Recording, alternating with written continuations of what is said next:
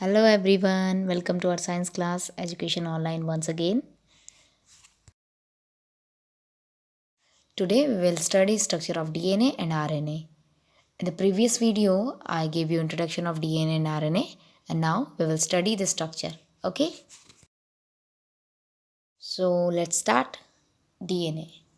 DNA means you all know what is DNA.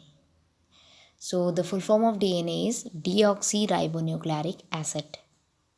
Same as RNA, ribonucleic acids दोनों ही क्या हैं, polynucleotides हैं. Poly मतलब मैं ऑलरेडी बता चुकी हूँ आपको पिछले वीडियो में.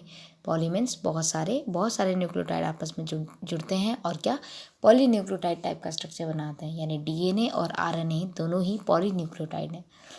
अब न्यूक्लियोटाइड किससे बना होता है? जब शुगर का और बेस का और फॉस्फेरिक एसिड्स का कंपोनेंट आपस में जुड़ते हैं तो क्या बनता है, न्यूक्लियोटाइड फॉर्म होता है. ठीक है, ये ऑर्गेनिक मॉलिक्यूल है जो न्यूक्लियोसाइड और फॉस्फेट से मिलकर बना है. अभी मैंने कहा था कि न्यूक्लियोटाइड शुगर बेस और फॉस्फोरिक एसिड से बना है.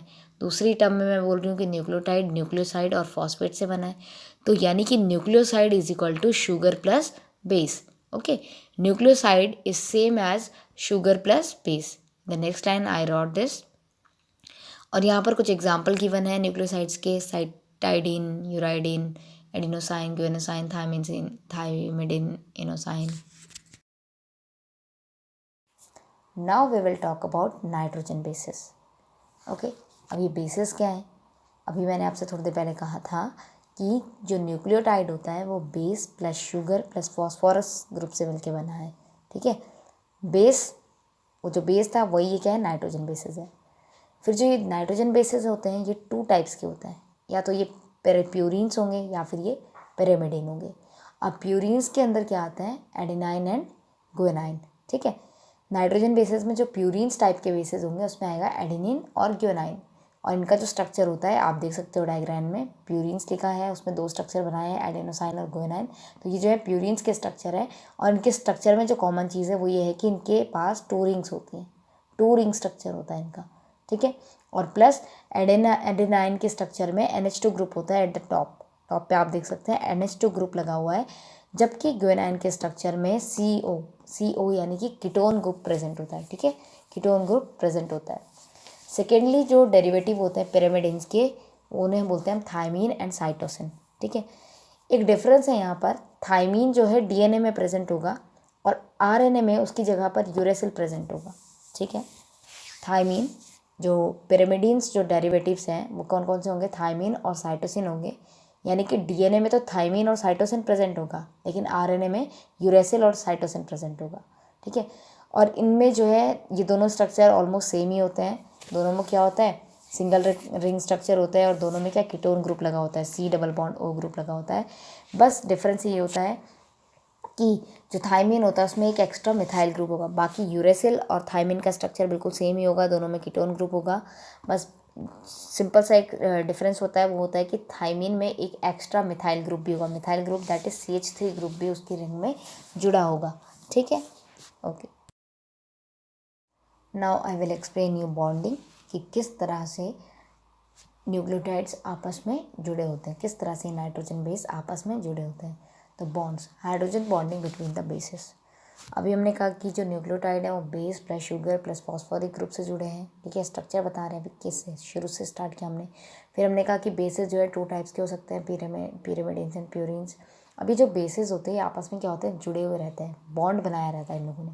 ठीक है, तो जो बॉन्ड होता है किसी भी दो बेसिस के बीच में वो होता है हाइड्रोजन बॉन्डिंग. हाइड्रोजन बॉन्ड होता है. देखो लिखा है bond between the guanine and cytosine 3 hydrogen bond are stronger than the bond between the adenine and thymine 2 hydrogen bond. तो कह रहे हैं जो ग्वेनाइन और साइटोसिन के बीच में जो बॉन्ड होगा वो कैसा होगा, ट्रिपल बॉन्ड होगा.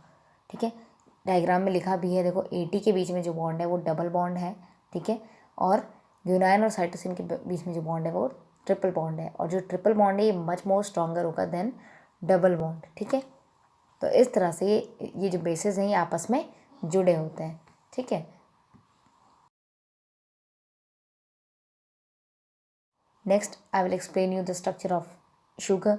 तो शुगर क्या होता है, 5 कार्बन आपस में एक रिंग लाइक स्ट्रक्चर बनाते हैं. ठीक है, और उसी स्ट्रक्चर को हम क्या कह रहे हैं, शुगर कहते हैं, जिसे आरएनए में राइबोस और डीएनए में डीऑक्सीराइबोस के नाम से जाना जाता है। You can see the structure of sugar here. 5 carbon compound है, उसमें हाइड्रोक्सिल ग्रुप लगे हैं, OH ग्रुप, ठीक है, और एक तरफ CH2OH लगा है। तो ये जो है शुगर का स्ट्रक्चर है। Now properly you can C in the diagram the structure of DNA. एक हेलिकल मॉडल है, ठीक है। यहाँ पे देखो, पहले आप 5' और 3' स्टैंड, 2 स्टैंड आपस में है, बीच में जो ये स्ट्रिप्स टाइप की आपको दिख रही है, ये बेसेस हैं, GC, TA, AT, CG। ये ग्यूनाइन की बॉन्डिंग साइटोसिन से हो रखी है, थाइमिन की बॉन्डिंग एडेनाइन से हो रखी है, ठीक है। यानी एक प्यूरिन्स पिरामिडीन वाले के बेस के साथ बाइंड करेगा, एक पिरामिडीन प्यूरिन्स वाले बेस के साथ बाइंड करेगा। इस तरह से इनकी क्या बॉन्डिंग हुई रहती है, ठीक है। प्लस जो डीएनए का स्ट्रक्चर है वो क्या हेलिकल है, हेलिक्स की तरह दिखता है, ये एक स्पाइरल की तरह घुमा हुआ रहता है, राइट हैंडेड हेलिक्स, ठीक है। और इसमें जो क्या होता है, एक हेलिक्स का एक तरह से डिस्टेंस हम बोलते हैं, या फिर लेंथ होती है जो एक हेलिक्स की, वो होती है 3.4 mm। You can see the diagram, ठीक है। और प्लस जो ये बैकबोन बनी रहती है, ये शुगर फॉस्फेट ग्रुप की होती है, और बीच में जो है क्या लगे रहते हैं, इसमें बेसिस लगे रहते हैं। अब आप पढ़ सकते हो, डबल हेलिकल स्ट्रक्चर है, ठीक है। जिन मॉलिक्यूल से बनता है उन्हें न्यूक्लियोटाइड कहते हैं। जो बैकबोन होती है वो शुगर से बनी होती है और फॉस्फेट ग्रुप से बनी होती है। जो हाइड्रोफिलिक फॉस्फेट्स ग्रुप्स होते हैं वो बाहर की तरफ होते हैं, और जो बेसिस होते हैं वो अंदर की तरफ होते हैं। बेसिस का जो नेचर है वो हाइड्रोफोबिक होता है, यानी वाटर से एक तरह से ये वाटर से दूर रहते हैं। और जो शुगर का जो या फिर फॉस्फेट जो बैकबोन बनी है वो कैसी होती है, फिलिक होती है, हाइड्रोफिलिक होती है, मतलब वाटर लविंग होती है, ठीक है।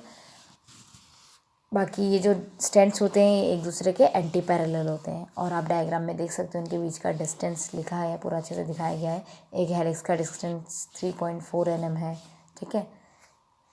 Okay, now next.